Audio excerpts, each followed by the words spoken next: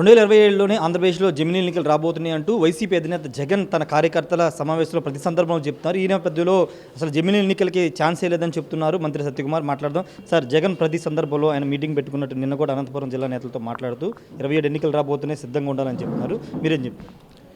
జగన్మోహన్ రెడ్డి గారికి మరి ఎక్కడి నుంచి ఎవరు చెప్పారో తెలియదు. ఈ జమిలీ ఎన్నికల గురించి వేసిన కమిటీకి సంబంధించిన పూర్వ రాష్ట్రపతి రామ్నాథ్ కోవింద్ గారు ఏమైనా ఆయనకు చెవిలో చెప్పారేమో తెలియదు. అదేవిధంగా దేశ ప్రధాని నరేంద్ర మోడీ గారు ఆయనకు చెవిలో చెప్పారేమో తెలియదు. లేదా పార్లమెంట్ సభ్యులు కానీ కొత్తగా వేసిన కమిటీ ఆయనకు చెవుల్లో చెప్పిందేమో తెలియదు. నేను అనుకుంటున్నది ఏంటంటే, ఇప్పుడు జమిలీ గురించి ఎందుకు ప్రస్తావిస్తున్నానంటే, అవమానకర రీతిలో జగన్మోహన్ రెడ్డి గారు ఓడిపోయిన తర్వాత తన పార్టీ కేవలం 11 సీట్లకు మాత్రమే పరిమితమైన తర్వాత పార్లమెంటుకు కూడా, అసెంబ్లీకి కూడా వచ్చేసి ప్రజా సమస్యల మీద ప్రస్తావించలేని నేపథ్యంలో ఇప్పుడు ఆయనకి ఒక్కొక్క నాయకుడు పార్టీలోంచి వెళ్ళిపోతున్నారు. మనం చూస్తున్నాం, అనేక మంది ఎంపీలతో సహా, బలహీన వర్గానికి సంబంధించిన ఎంపీలతో సహా మాజీ మంత్రులు కానీ, మాజీ ఎమ్మెల్యేలు కానీ, మాజీ ఎంపీలు కానీ పార్టీని వీడుతూ ఉన్నారు. వాళ్ళని కాపాడుకోవడం కోసం, వాళ్ళలో ఒక స్థైర్యాన్ని నింపడం కోసం 2027లో జమిలీ ఎన్నికలు అనే విషయం మాట్లాడుతున్నారు.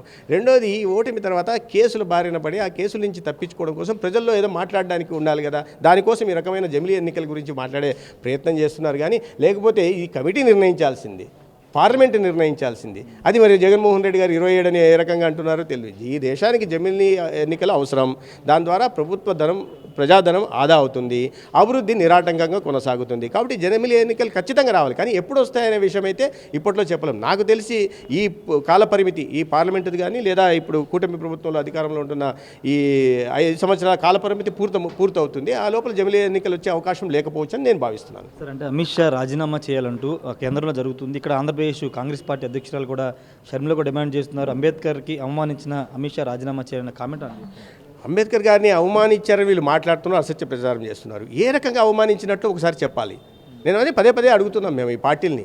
మరి 1951లో మీరు ప్రభుత్వంలోంచి బయటికి అంబేద్కర్ గారిని తరిమేసింది అదే కాంగ్రెస్ పార్టీ నాటి ప్రధానమంత్రి నెహ్రూ గారు కాదా? 1952లో ముంబై ఉత్తర నియోజకవర్గం నుంచి పోటీ చేసినప్పుడు ఆయనకు వ్యతిరేకంగా అభ్యర్థిని పెట్టి స్వయంగా ఆనాటి ప్రధానమంత్రి నెహ్రూ గారు ఆయనకు ప్రచారం చేసి అంబేద్కర్ గారిని ఓడించింది మీరు కాదా? మళ్ళా 1954లో బండారా నియోజకవర్గంలో ఉప ఎన్నికల్లో అంబేద్కర్ గారు పోటీ చేసినప్పుడు ఆనాడు మళ్ళీ వ్యతిరేకంగా ప్రచారం చేసి ఓడించింది నెహ్రూ గారు కాదా? ఆనాడు మరి భారతీయ జనతా పార్టీకి పూర్వరూపమైన జనసంఘ్ కదా అంబేద్కర్ గారు వెంట నిలిచి ఆ రోజు ఆయనకు మద్దతుగా ప్రచారం చేసి అభ్యర్థిని కూడా నియమించకుండా మద్దతుగా ప్రచారం చేసింది. ఎవరు నిజంగా స్ఫూర్తిని ముందుకు తీసుకెళ్లే ప్రయత్నం చేస్తున్నారు? అటువంటి మహనీయుని, ఇటువంటి అద్భుతమైన రాజ్యాంగాన్ని నిర్మించి దేశ ప్రజలకు అందించి ఇవాళ ఈ ప్రజాస్వామ్యం పరిడివిల్లలా చేసిన మహనీయుని భూమి, ఈ భారతదేశం చూసిన అత్యంత ప్రతిభావంతుల్లో ఒకరైన అంబేద్కర్ గారిని గౌరవించే ప్రయత్నం కాంగ్రెస్ పార్టీ ఏనాడు చేయలేదు. 1955లో భారతరత్న ఇవ్వాల్సిన అవకాశం వచ్చినప్పుడు తనకు తాను ప్రధానమంత్రిగా నెహ్రూ ఇచ్చుకున్నారు, కానీ అంబేద్కర్ గారికి ఇవ్వలేదే. మరి అది గౌరవించినట్టు అవుతుందా?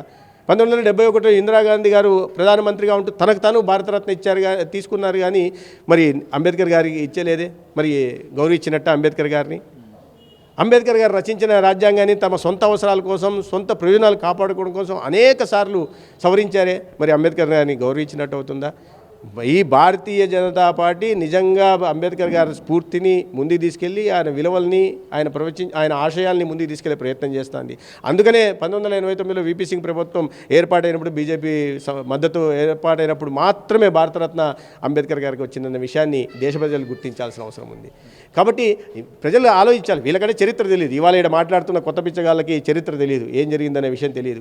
మరి ఆయన పుట్టిన స్థానంలో కానీ, ఆయన జన్మించిన స్థానంలో, ఆయన నిర్యాణం చెందిన స్థానంలో, ఆయన చదివిన స్థానంలో, ఆయన పెరిగిన స్థానంలో, లండన్లో ఆయన చదివిన స్థానంలో వాటిని గుర్తించి ఒక పంచతీర్థాల పేరుతో ఇవాళ వాటిని అభివృద్ధి చేసింది కూడా నరేంద్ర మోడీ గారి ప్రభుత్వమే కదా. మరి మీరు ఎందుకు చేయలేదు? 60 సంవత్సరాలు మీరు ఈ దేశాన్ని పాలించారు కదా. 60 సంవత్సరాల్లో అంబేద్కర్ గారిని గౌరవించే పని ఒక్కటన్నా చేశారా? అనేక ప్రభుత్వ సంస్థలు కానీ, లేదా పథకాలకు కానీ మీ కుటుంబ పేరు పెట్టుకున్నారు తప్పిస్తే అంబేద్కర్ గారి పేరు ఎందుకు పెట్టలేదు? దానికి సమాధానం చెప్పండి. అంటే ఆ కుటుంబం మోచేతి నీళ్లు దాగే వ్యక్తులు ఇవాళ ఆ పార్టీ, కాంగ్రెస్ పార్టీ అంబేద్కర్ గారి గురించి ఇవాళ ఏదో అంబేద్కర్ వాదాన్ని మేము భుజాలకు ఎత్తుకున్నామంటే ప్రజలు నమ్మే పరిస్థితిలో లేరు. Thank you sir. ఖచ్చితంగా అంటే అంబేద్కర్ వాదాన్ని మోస్తున్నటువంటి బీజేపీని విమర్శించే హక్కు కాంగ్రెస్కి లేదని చెప్తున్నారు. ఇప్పుడు ఆంధ్రప్రదేశ్లో షర్మిల కానీ ఎవరైనా కానీ అంబేద్కర్ గురించి మాట్లాడడం తీరు చూస్తే కనుక గతంలో ఏం జరిగింది చరిత్ర తెలుసుకుని మాట్లాడాలని సత్యకుమార్ అయితే చెప్తున్నారు.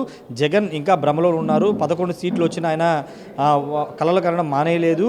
జమిలీ ఎన్నికలు వచ్చేస్తున్నాయి, గెలుస్తున్నామని ఒక భ్రమలో బతుకుతున్నారు అని సత్యకుమార్ అయితే చెప్తున్నారు. ఏదేమైనప్పటికీ జమిలీ ఎన్నికలు ఎందుకు రావాలో, ఎందుకు అవసరం అనేది ఇప్పుడు చర్చ జరగాల్సిన అవసరం ఉంది. దానిలో భాగంగానే జమిలీ ఎన్నికలు దానిపైన నిర్ణయం తీసుకునే అవకాశం ఉందని సత్యకుమార్ చెప్తున్నారు. Camera person శ్రీనివాస్తో Roy shorty Vijayawada నుండి. మరిన్ని వీడియోస్ కోసం ఛానల్ ని సబ్స్క్రైబ్ చేయండి. లేటెస్ట్ అప్డేట్స్ కోసం వాట్సాప్ ఛానల్ ని ఫాలో అవ్వండి. ఆ లింక్ డిస్క్రిప్షన్ లో ఉంది.